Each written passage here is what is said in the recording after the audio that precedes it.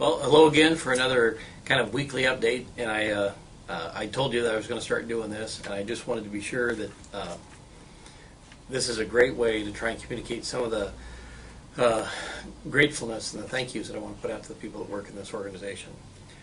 I just want to go over the end of last week was just absolutely unbelievable for what people were having to do in police services. We had Thursday, for instance, there was 5 disputes at once, and the deputies were expected to handle that. At one point, everybody, including the supervisor, had a person in custody.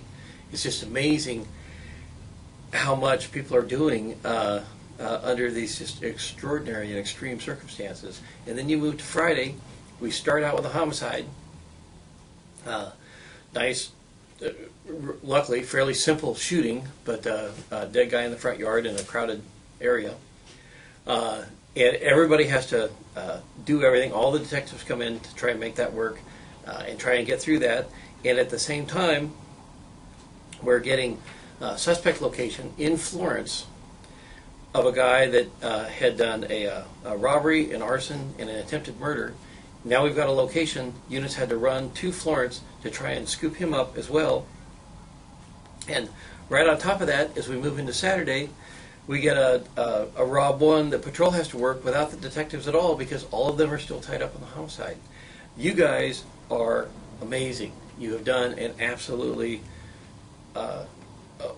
monumental job, as you usually do, as you always do. And you know, what I've been lucky enough to come to know as the sheriff, this is the usual practice as to what happens here at LCSO. And what you guys do to make this work is just phenomenal. There were multiple 20-hour shifts. People were tired and worn out, but they continued to persevere and do that. And regardless of the issues, they rose to the challenge and they were doing it. And I just can't thank you enough. And I wish this was a regular, or I wish this was an irregular deal, but this happens all the time.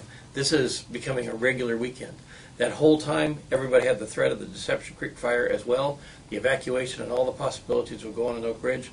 We've got another hot weekend coming up this weekend, and that fire is still looming, and I'm hoping that things are a little bit calmer. But when times are tough and the calls are coming in as hot as they were, you guys did an absolutely awesome job, and I can't thank you enough, and I am so proud to be your sheriff.